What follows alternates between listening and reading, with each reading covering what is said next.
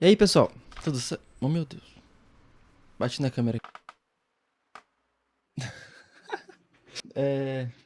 Então, como eu tava falando. E aí, pessoal, tudo certo? Aqui quem fala é o Danilo. Quanto tempo que eu não faço vídeo aqui pro YouTube, né? Primeira coisa, esse meu cabelo aqui tá... Faz tempo que eu não faço vídeo aqui. Tá uma loucura ultimamente. Porque, apesar de eu não estar saindo de casa, eu tô trabalhando em home office. E agora a gente tá em jornada reduzida também. E aí eu acabei relaxando alguns dias os meus horários de dormir. E durante o expediente de trabalho eu até conseguia trabalhar tranquilo. Só que depois que acabava o expediente eu não conseguia fazer nada. Eu só queria dormir, eu tava bem cansado. Mas agora essa semana eu tô organizando as coisas. E a primeira coisa que eu quero fazer hoje, segunda-feira, tá um sol legal ali fora. Tá fazendo 18 graus atualmente. Eu resolvi fazer um vídeo pra mostrar pra vocês como é que tá o desenvolvimento do jogo. Porque apesar de não estar fazendo vídeo, eu tô fazendo live quase todo dia, durante a semana, no Twitch TV/DançaDzinski. E eu tô fazendo live mostrando o desenvolvimento do jogo. Então tem bastante coisa pra mostrar pra vocês. Vou mostrar pra vocês hoje. Tá bem legal, tá evoluindo bastante mesmo. E outra coisa, eu tô gravando o áudio desse vídeo usando o RTX Voice. O negócio parece magia negra, é muito legal. Mas pode ter bastante ruído de fundo, que enquanto você fala, ele não capta o ruído, ele só capta a sua voz. É uma coisa bem estranha. A minha janela agora tá aberta, então tem bastante ruído lá fora, e o ganho do meu microfone tá quase no máximo, mas ele capta bem a voz, bem legal. Vamos direto agora pra tela, que eu quero mostrar pra vocês como é que tá a evolução do jogo. Vamos lá. E aí, tudo bom? Nessa câmera meu cabelo fica pior ainda. Meu Jesus. Calma aí. Pronto, eu acho que melhorou um pouco. Vai ficar assim. Então aqui é mais ou menos o que vocês estavam vendo no último vídeo. A única diferença é a cor do fundo. Agora a gente tem um fundo cinza. Mas se eu começar a jogar aqui, vocês vão ver bastante diferença. Então vamos lá. Animação de correr, como tinha antes. Tem uma animaçãozinha agora, um protótipo de animação de pular. A gente tem também agora o wall jump e o wall slide. Então se eu fizer isso aqui, ele vai se deslizar na parede. Eu posso pular da parede também. A movimentação do personagem mudou bastante. Esse foi o primeiro foco que eu tive nessa parte do desenvolvimento. E além da movimentação do personagem também, eu comecei a trabalhar numa mecânica de refletir os projéteis inimigos. Então tem uma parte de teste ali do lado. Deixa eu tentar chegar até lá. Pula aqui, pulei. Oh, caiu. Caiu de novo.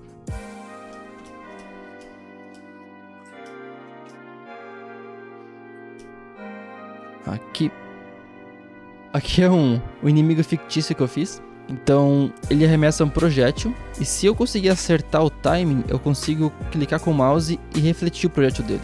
Então vamos ver se eu consigo acertar aqui. Ó, deu certo. Um pouquinho difícil. Tentar na posição certa o projétil. Então essa é uma mecânica que eu quero empregar no jogo. Atualmente o projétil ele vai na direção que o mouse tá mirando. Ó, o mouse tá lá em cima, ele vai até lá em cima. E se eu mostrar aqui os objetos do jogo, do Unity, você consegue ver que tem essa área verde aqui, perto do personagem, que fica se movendo. Essa é a área de detecção do projétil. E quando o projétil fica vermelho, é porque ele pode ser refletido. O controle dele não tá bem como eu quero. Às vezes o projétil tá vermelho, eu clico com o mouse, só que ele não tá reagindo no tempo certo. Ó, por exemplo, agora eu cliquei enquanto o projétil estava vermelho, mas ele não refletiu. Mas tudo bem, isso é um detalhe só. Essa mecânica eu vou começar a trabalhar mais nela só mais pra frente. Eu só quis fazer um teste agora pra ver como é que ficava. Eu gostei do resultado. Então é isso que a gente tem. E além disso, deixa eu fechar esse aqui. Eu vou mostrar pra vocês o nível que eu comecei a trabalhar. Comecei a fazer a arte de um nível, tanto o background quanto o tileset. Comecei a montar um primeiro nível, mais uma vez. Então se eu abrir aqui o nível 1, olha só. E nesse nível aqui, eu comecei a fazer também a paralaxe do fundo e ficou um resultado bem legal. Esses quadradinhos azuis são as posições onde o jogador consegue se pendurar nas bordas das plataformas. Então essa é uma mecânica que eu comecei a trabalhar esses últimos dias. E eu vou mostrar pra vocês como é que tá ficando. Tem também, por enquanto, essa névoa que tá se movendo aqui. Eu fiz só pra testar. ver como é que ficava. Eu não gostei muito do formato que ela ficou, parece sei lá, umas minhocas se movendo, não sei. Mas tudo bem. Vou mostrar como é que ficou a movimentação do nível.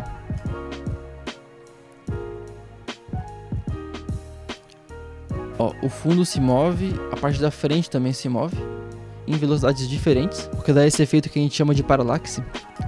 Eu tenho aqui também agora o wall jump bem mais certinho. E se eu segurar um botão, eu consigo me pendurar nas bordas das plataformas. Se eu apertar para cima, ele sobe a borda da plataforma. E só falta agora eu fazer a animação dessas duas movimentações, tanto a de se pendurar, quanto a de subir.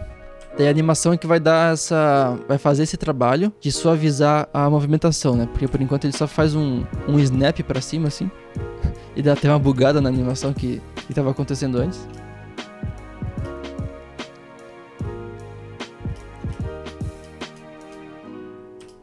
Esse aqui agora é o segundo nível de teste que eu tenho. Eu abandonei aquele nível anterior lá. Esse aqui que eu tô usando agora pra testar a movimentação do personagem. Pra testar também um pouquinho da arte que eu fiz. Deixa eu mostrar um pouquinho pra vocês do código, como é que tá ficando. Tem bastante coisa nova. Primeira coisa, o nível, né? Ele é composto de várias camadas. E eu fiz essas camadas com... Cada uma delas tá em um plano. E eu coloquei nesses planos, as texturas que são os sprites. Então, ó, se eu for abrir, por exemplo, aqui o foreground, que é essa parte que fica na frente, ele tem, ó, um quad, que é a malha dele.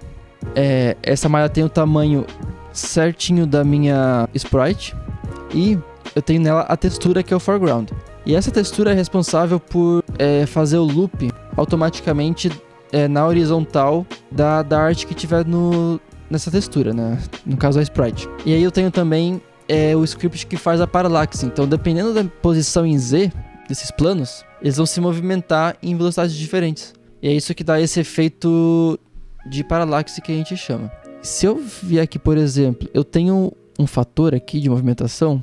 Se eu aumentar bastante esse fator, por exemplo, ele está em 0,1 agora. Se eu dobrar o valor dele, ou até mais, ou por 0,25, por exemplo, também dá uns efeitos legais. É meio estranho assim, mas às vezes para algum caso ou outro fica legal usar. Ó. Parece que tá tudo girando. É muito legal.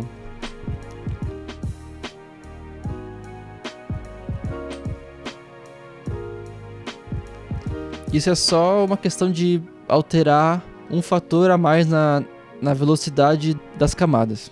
É bem interessante. Se eu voltar para 0,1, ó, já tá normal de volta. Isso é bem legal. Aqui no personagem, eu não lembro até que ponto que eu mostrei pra vocês no último vídeo, mas eu tenho os sensores das paredes que me ajudam a fazer o wall jump. Eu tenho o sensor do projétil, que é aquele que eu mostrei pra vocês antes, que é essa área verde aqui. Aí no personagem eu tenho 5 scripts aqui. Então, primeiro o Movement Manager, que eu já tinha falado pra vocês, eu acho. Esse Movement Manager, ele cuida de todos os números da movimentação do jogador. Então ele tem aqui os valores de aceleração máxima, de velocidade máxima horizontal, de força de pulo, enfim, todos esses números. Ele é responsável também por receber os comandos do jogador. Então toda vez que o jogador faz algum comando, tem alguma função aqui dentro que é chamada. Então, por exemplo, onDash. OnDash é uma função que quando eu aperto o botão de dash, que no meu caso é o Ctrl, ele vai alterar esse valor aqui. Então o dash button vai alterar o valor. E também eu configurei para ele chamar uma função lá dentro do player. O player é o meu script principal que cuida do jogador. Então se eu for lá para cima, ops, dei um zoom aqui. Se eu for lá para cima, eu tenho todas as referências aqui. Então referência para o G-Body, referência para o controlador de animações, referência para o próprio Movement Manager e assim por diante. No player eu tenho também todos os estados que o jogador pode estar. Então a referência para os estados, né? Estado idle, running, jump e assim por diante. Todos esses estados aqui. Tem algumas flags. E aqui no Awake, ele seta esses estados. Então o idle vai ser o novo player idle state, o jump vai ser o novo player jump state e assim por diante. E tem também as funções que fazem o intermédio entre o comando do jogador, que vem lá do Movement Manager, e os estados. Então, por exemplo, uma que eu estava trabalhando esses dias, que é essa de segurar nas bordas, é o seguinte, ó, quando eu aperto o botão de segurar nas bordas, que no meu caso é o botão X, então se eu estiver segurando esse botão, ele vai chamar a função try ledge grab lá do player.